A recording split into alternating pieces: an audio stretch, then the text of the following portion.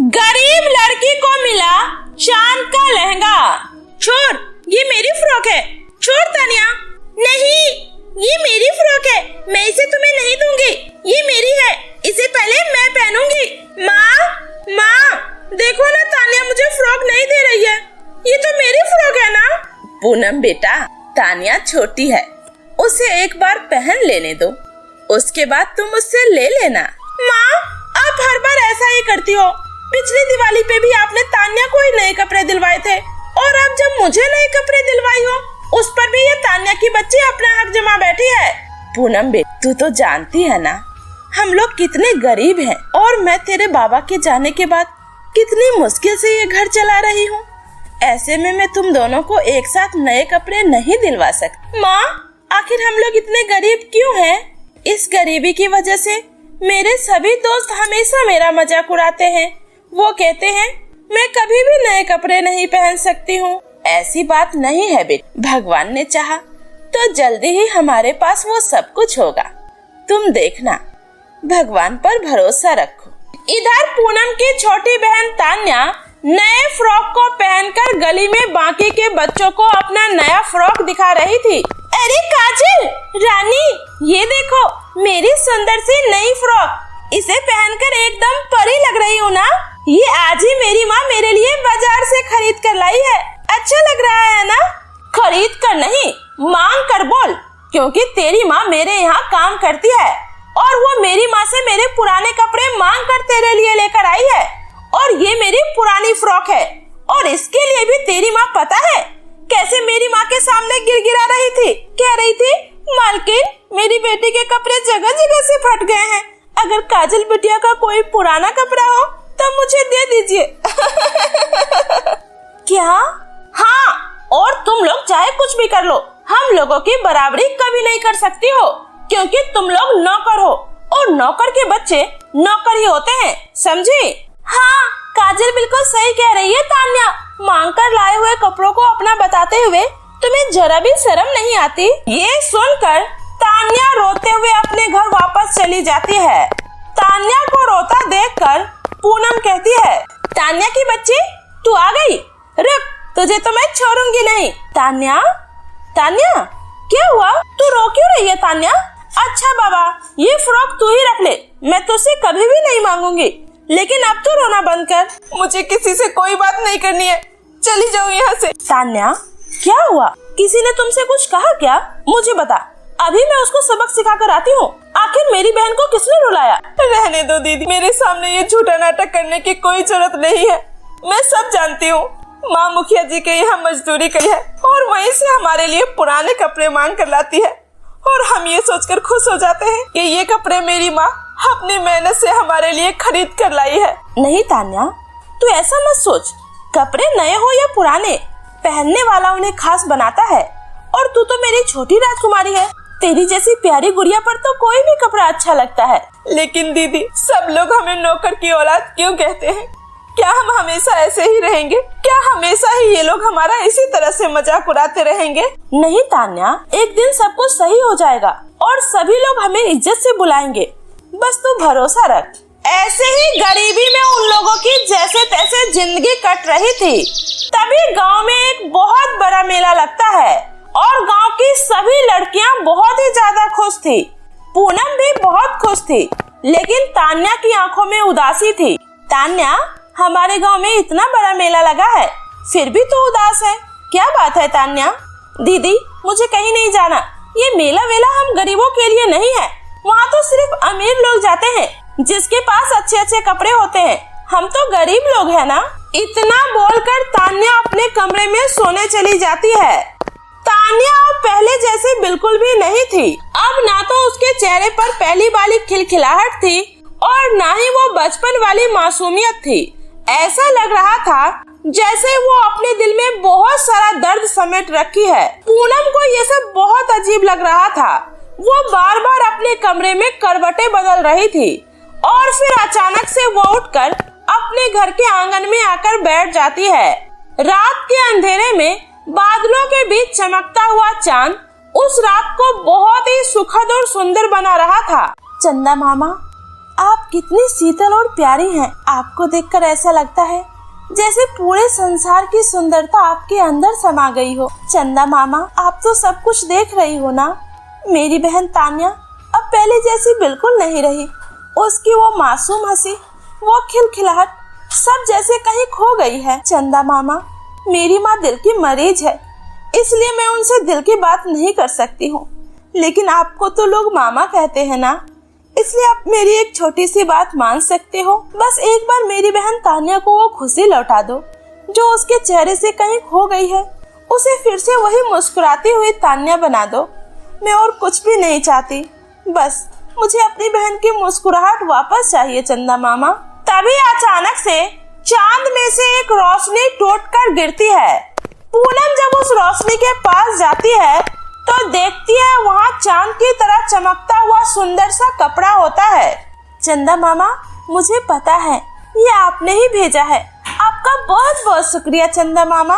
अब मैं अपनी बहन के चेहरे की हंसी वापस ला सकती हूँ। उसके बाद पूनम पूरी रात जगकर चांद की रोशनी में बैठकर अपनी बहन तान्या के लिए लहंगा बनाती है और सुबह तान्या के उठने से पहले ही वो लहंगा ले जाकर तान्या के कमरे में रख देती है। अरे, ये मेरे कमरे में क्या चमक रहा है? लहंगा, इतना सुंदर चांद का लहंगा। दीदी, दीदी, ये किसका लहंगा है? ये मेरी बहन तान्या का लहंगा है और ये मैंने अपने हाथों से तुम्हारे लिए बनाया है। क्या आपने मेरे लिए इतना सुंदर लहंगा बनाया? थैंक यू सो मच दीदी। आपको नहीं पता आपने मुझे आज कितनी बड़ी खुशी दी है। दीदी, अब मैं जल्दी से तैयार होकर आती हूँ, फिर मैं आपके साथ मेला घूमने चलूंगी। आप चलोगे ना मेरे साथ? हाँ तान्या, जल्दी जाओ। उसके बाद तान्या तैयार होकर आती है। जैसे ही दोनों बहनें मेला जाने के लिए निकलने वाली होती है, वैसे ही पूनम की माँ अचानक से बेहोश हो जाती है। माँ, दीदी, दीदी देखो ना माँ को क्या हुआ। माँ, आंखें खोलो माँ।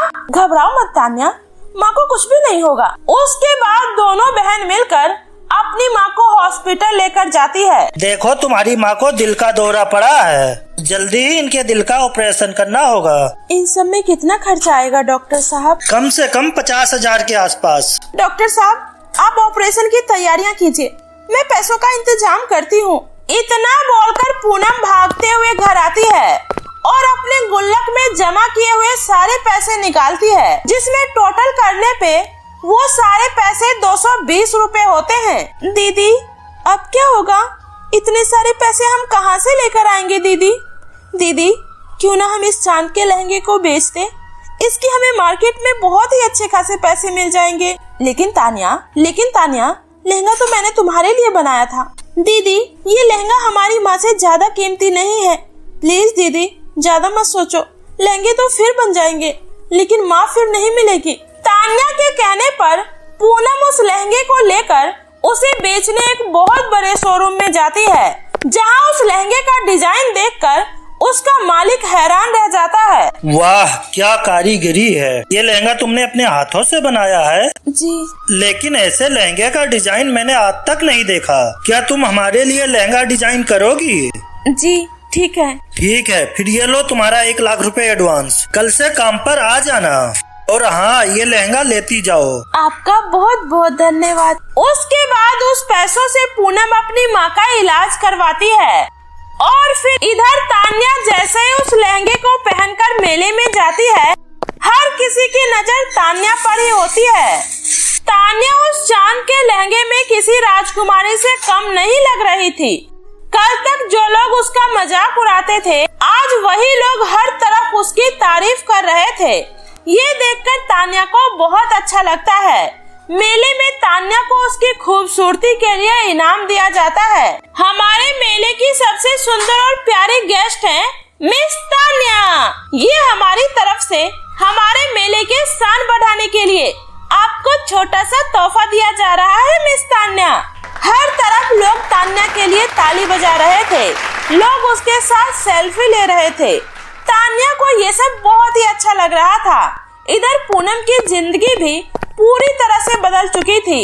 उसे बहुत बड़ी कंपनी में डिजाइनर का काम मिल चुका था। भीमापुर गांव में सालू नाम की एक लड़की अपने पिता रघुवीर के साथ किराए के घर में रहा करती थी। रघुवीर की पत्नी के देहांत के बाद उसने अकेले ही सालू का पालन पोषण किया था और वो अपना घर चलाने और अपनी बेटी की पढ़ाई लिखाई के लिए रिक्शा चलाया करता था।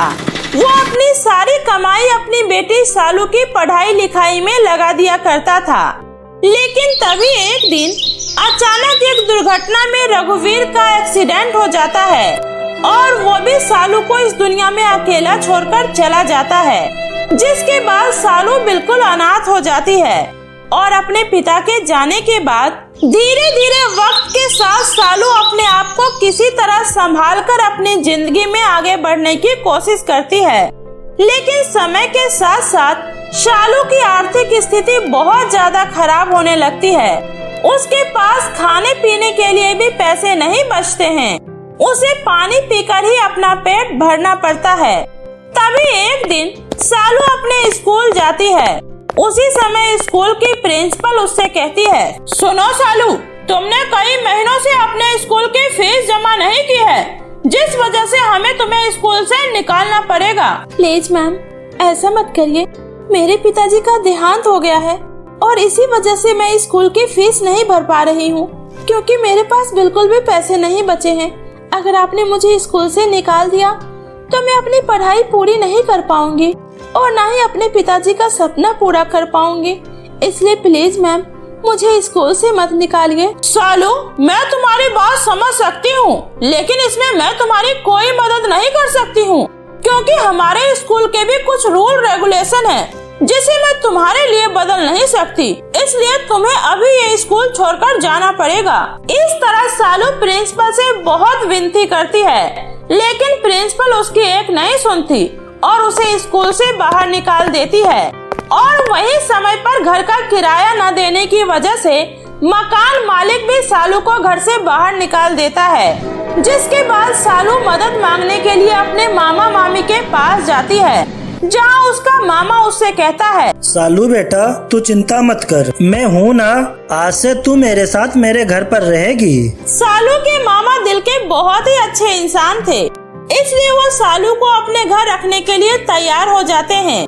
लेकिन वही सालू की मामी उर्मिला एक बहुत ही घमंडी और दुष्ट किस्म की औरत थी। वो सालू को बिल्कुल भी पसंद नहीं करती थी। इसलिए एक दिन वो अपने पति से कहती है, अरे आपका तो दिमाग खराब हो गया था उस दिन, जो आपने इस गरीब अनाथ लड़की को हमारे घर में रहने की इजाजत दे दी थी। लेकिन अब मैं और नहीं बर्दाश्त करूंगी। मैं उस अनाथ लड़की को अपने घर में और मुफ्त की रोटियां तोड़ते हुए नहीं देख सकती हूँ। अरे मेरा ये घर कोई अनाथ आश्रम नहीं है जो कोई भी अपना मुंह उठाकर यहाँ रहने के लिए आ जाएगा। अरे उर्मिला, ये तुम कैसी बातें कर रही हो? सालू मेरी बहन की बेटी है और दीदी और जीजा के जाने के बाद दुनिया में हमारे सिवा उसका है ही कौन? तो हम उसे ऐसे समय पे साथ नहीं देंगे तो वो बेचारी अकेले कहाँ जाएगी? अरे भाड़ में जाए वो, मुझे इससे क्या। लेकिन तुम मेरी बात ध्यान से सुन लो। अगर तुमने उसे अभी भी इस घर से बाहर नहीं निकाला ना, तो मैं हमेशा हमेशा के लिए अपने मायके चली जाऊंगी, फिर रहना अकेले अपने उस बेटी के साथ। सालू कमरे के बाहर खड़ी अपनी मामा और मामी की सारी बातें सुन लेती है और उनके दिल में अपने प्रति इतनी नफरत देखकर सालू को बहुत बुरा लगता है। वो उन लोगों को बिना कुछ बताए उनका घर छोड़कर चली जाती है और इस तरह सालू के पास जीने के लिए कोई सहारा नहीं बचता और वो पूरी तरह से लाचार हो जाती है। हे भगवान, अब मैं क्या करूं? कहाँ जाऊं? मेरा तो अब इस दुनिया में कोई भी नहीं है। इस तरह उस दिन के बाद से सालू रोड पर ही अपने दिन गुजारने लगती है। कई दिनों से भूखे पेट रहने की वजह से सालू के पेट में बहुत तेज दर्द होने लगता है और उससे अब और भूख बर्दाश्त नहीं हो रही होती है, जिसकी वजह से वे लोगों से भीख मांगकर अपना पेट भरना शुरू कर देती है। तभी एक दिन एक होटल के बाहर कुछ लड़कियां बैठकर खाना खा रही होती है। उन्हें देखकर सालू की भूख और भी ज्यादा बढ़ जाती है, जिसके बाद सालू उनके पास जाकर उनसे कहती है, सुनो बहन, मुझे बहुत तेज भूख लगी है, प्लीज मुझे कुछ खाने के लिए दे दो।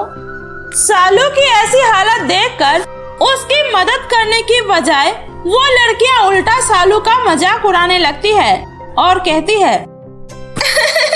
अरे तुम्हें भूख लगी है? चलो ठीक है, मैं तुम्हें खाना दूंगी, लेकिन उससे पहले तुम हम लोगों को गाना गाकर सुनाओ, तभी हम तुम्हें रोटी देंगे। उन लड़कियों की बात सुनकर सालू ना चाहते हुए भी उन लोगों के सामने गाना गाने लगती है। उसी समय एक लड़की स्मोकिंग करके उसका धुआं सालू के मुंह पर उड़ाने लगती है, जिसकी वजह से सालू को जोर जोर से खांसी आने लगती है और वो गाना नहीं गा पाती है। अरे तुमने तो हमारा पूरा मूड ही खराब कर दिया, तुम्हें तो बिल्कुल भी गाना गाना नहीं आता है। अब तो मैं तुम्हें खाने के लिए कुछ भी नहीं दूंगी, चलो जाओ यहाँ से। अरे रूपाली, उस बेचारी के साथ ऐसा मत कर, कम से कम उसे खाने के लिए एक रोटी तो दे ही दे। इतना बोलकर वो लड़की सालू के आगे एक रोटी का टुकड़ा फेंक देती है और कहती है अरे रे, अब सोच क्या रही है, जल्दी से इसे उठाकर खा ले, वरना कोई गली का कुत्ता आकर इसे खा लेगा। अपनी गरीबी का उन लड़कियों को इस तरह मजाक उड़ाता देखकर शालू का दिल पूरी तरह से टूट जाता है और उसकी आंखों में आंसू आ जाता है और वो कहती है बस बस बहुत हो गया, हम मैं और ये सब बर्दाश्त नहीं कर सकती हूँ। मुझे ऐसी मतलबी दुनिया में नहीं जीना है जहाँ हर कोई एक दूसरे की तकलीफों का सिर्फ मजाक उड़ाता हो। इसलिए पिताजी, माँ, हम मैं भी आपके पास आ रही हूँ, हम मैं और यहाँ नहीं रह सकती हूँ। इतना कहकर शालू भागते हुए जंगल के पास बह रही एक नदी के पास पहुँच जाती है और उसके अंदर छलांग लगा देती है। लेकिन जैसे ही शालू उन नदी के अंदर छलांग लगाती है, वैसे ही एक सुंदर सी जल परी शालू को बचाकर वापस नदी से बाहर निकाल देती है और उससे कहती है अरे ये तुम क्या कर रही थी? तुम्हें पता है ना आत्महत्या करना कितना बड़ा पाप होता है, और वैसे भी जीवन को खत्म कर देने से समस्याएं खत्म नहीं होती, बल्कि उनका सामना करने से उनका अंत होता है। बताओ तुम्हें क्या तकलीफ है? उसी समय शालू अपनी सारी तकलीफों के बारे में उस जलपरी को बता देती है और जोर जोर से रोने लगती है, जिसके बाद वो जलपरी कहती है शालू, रोना बंद करो, तुम बिल्कुल भी चिंता मत करो, मैं हूँ ना, मैं तुम्हारी मदद करूँगी। इतना कहकर वो जलपरी अपनी जादुई शक्तियों से शालू के लिए वहाँ पर लिपस्टिक से बना घर प्रकट कर देती है और कहती है शालू, आज से ये जादुई लिपस्टिक का घर तुम्हारा है, तुम्हें इस घर में किसी भी चीज की कोई तकलीफ नहीं होगी और ये जादुई लिपस्टिक का घर तुम्हें तुम्हारी जरूरत की सारी चीज देगा।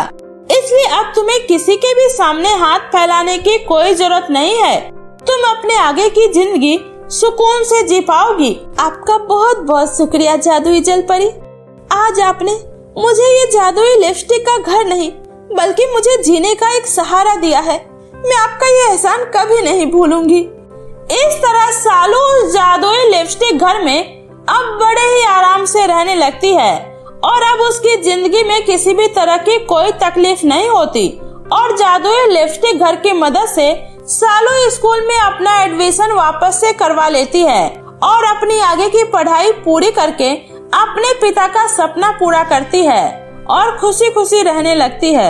उर्फी परी का जादुई अनोखा मेकअप किट घर। बहुत समय पहले की बात है, सभी लोग हंसी खुशी रहा करते थे और उस गांव के ज्यादातर लोग खेती बाड़ी का काम ही किया करते थे, क्योंकि उस गांव के लोग बहुत ही ज्यादा गरीब थे और उनके पास खेती करने के अलावा और कोई रोजगार नहीं था।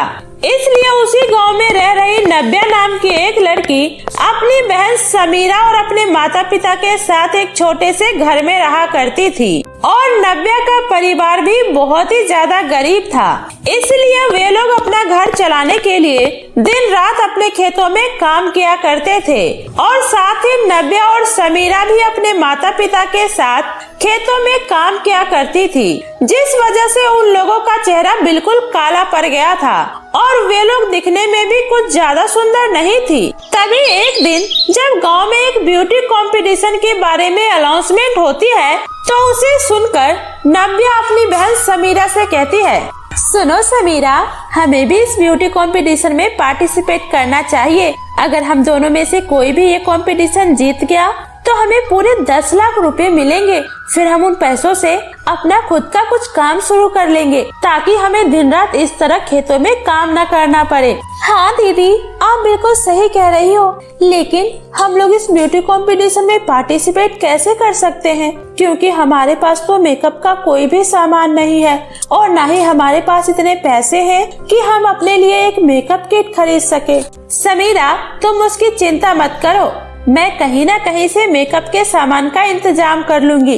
लेकिन पहले तुम चलकर उस कंपटीशन में पार्टिसिपेट तो करो।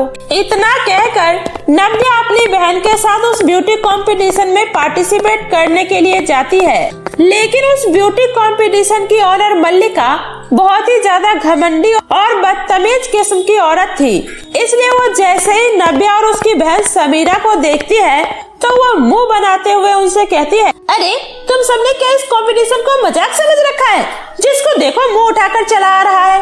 अरे तुम लोग सबसे पहले जाकर आईने में अपनी शक्ल देखो, फिर जाकर इस कंपटीशन में पार्टिसिपेट करने के बारे में सोचना, क्योंकि इस कंपटीशन में सिर्फ अमीर और खूबसूरत लड़कियां ही पार्टिसिपेट कर सकती है, तुम्हारी जैसी बदसूरत और गरीब लड़कियां नहीं। चलो अब निकलो यहाँ से। लेकिन मैडम जी, हम लोग बहुत दूर से इस कंपटीशन में पार्टिसिपेट करने के लिए आए हैं, प्लीज आप हमें इस कंपटीशन में पार्टिसिपेट करने का एक मौका तो दीजिए।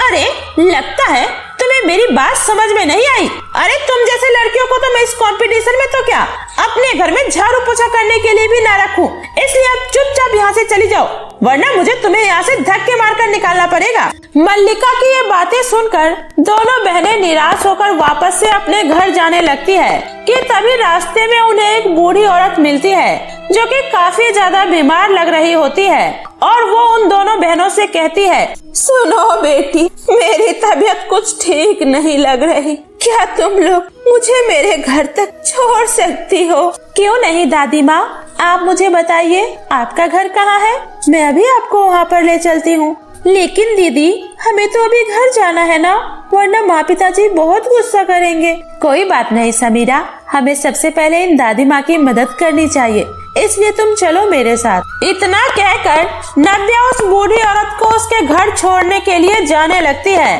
तभी चलते चलते वे लोग एक जंगल में पहुंच जाते हैं, जिसके बाद नव्या कहती है, अरे दादी माँ, हम लोग तो चलते चलते इस जंगल में आ गए, लेकिन अभी तक आपका घर नजर नहीं आया, आखिर आपका घर और कितनी दूर है?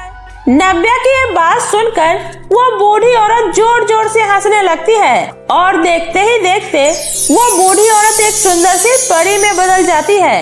ये सब देखकर दोनों बहनें बहुत ही ज्यादा हैरान हो जाती है, जिसके बाद वो परी कहती है, घबराओ मत तुम दोनों, मैं परी लोक से आई हुई हूँ और मेरा नाम उर्फी परी है और मैं तुम लोगों को यहाँ सिर्फ मदद करने के लिए आई हूँ, क्योंकि मुझे तुम्हारे बारे में सब कुछ पता है और मुझे ये भी पता है कि तुम दोनों बहनें उस कंपटीशन में पार्टिसिपेट करना चाहती हो, लेकिन तुम्हारे इस काले चेहरे की वजह से तुम्हें उस कंपटीशन में पार्टिसिपेट नहीं करने दिया जा रहा है, इसलिए तो मैं यहाँ तुम्हारी मदद करने आई हूँ। लेकिन भला आप इसमें हमारी क्या मदद कर सकती हो जब हम खुद ही अपनी मदद नहीं कर पा रहे हैं? तो नव्या की ये बात सुनकर परी अपनी जादुई छड़ी से वहाँ पर एक जादुई मेकअप के सामान का घर प्रकट कर देती है, जिसे देखकर दोनों ही बहनें बहुत ही ज्यादा हैरान हो जाती है। तभी वो परी कहती है, नव्या, समीरा, ये परी लोग का जादुई मेकअप किट का घर है, इसके अंदर जाते ही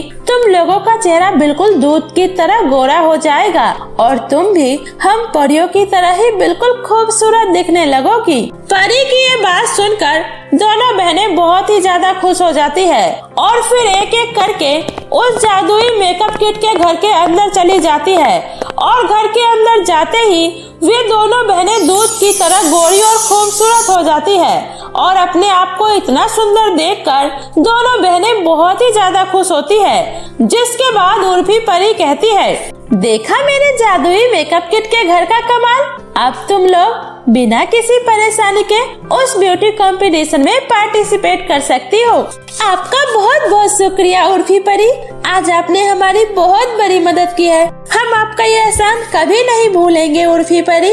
इतना कहकर वे दोनों बहनें वापस से उस कंपटीशन में पार्टिसिपेट करने के लिए जाती है और इस बार मल्लिका उन दोनों बहनों की खूबसूरती देखकर शॉक्ड रह जाती है और कहती है, अरे ये क्या, अभी तक तो तुम दोनों बहनें कितनी काली और बदसूरत दिख रही थी, फिर ये अचानक से तुम दोनों बहनें इतनी ज्यादा सुंदर कैसे हो गई? मल्लिका की ये बात सुनकर नव्या उसे जादुई मेकअप किट के घर के बारे में सब कुछ बता देती है, जिसके बाद मल्लिका के मन में भी लालच आ जाता है और वही नव्या और समीरा कंपटीशन में पार्टिसिपेट करती है और उनके इतना खूबसूरत होने की वजह से वे लोग इस कंपटीशन को जीत जाती है, जिसके बाद उन्हें इनाम के तौर पर पूरे 10 लाख रुपए मिलते हैं। और वही मल्लिका अपने लालच के चक्कर में उस जादुई मेकअप किट घर में जाने के बारे में सोचने लगती है। अब मैं भी उस जादुई मेकअप किट घर के अंदर जाऊंगी ताकि मैं इस दुनिया की सबसे खूबसूरत इंसान बन सकूं और फिर मुझे भी दूर दूर से ब्यूटी कंपटीशन के ऑफर आएंगे। इतना सोचकर मल्लिका रात होते ही उस जादुई मेकअप किट घर के अंदर जाती है, लेकिन मल्लिका के पहले से ही सुंदर होने की वजह से उसका चेहरा पूरी तरह से काला और बदसूरत हो जाता है और ये देखकर मल्लिका जोर जोर से रोने लगती है, जिसके बाद उस जादुई मेकअप किट घर से एक आवाज आती है, देख लिया तुमने, ज्यादा लालच करने से क्या अंजाम होता है, इसलिए आज के बाद तुम्हें इसी बदसूरत चेहरे के साथ अपना पूरा जीवन गुजारना होगा, यही तुम्हारी सजा है। और इस तरह जादुई मेकअप किट घर की बात सुनकर मल्लिका फुट फुट कर रोने लगती है और उसे उसके किए की सजा मिल जाती है। और वहीं नव्या और समीरा मिलकर अपना खुद का एक बहुत बड़ा सा ब्यूटी पार्लर खोलती है और साथ ही गांव की कुछ गरीब लड़कियों को भी उसमें रोजगार देती है और इस तरह वे लोग खुशी खुशी अपना जीवन बिताने लगते हैं।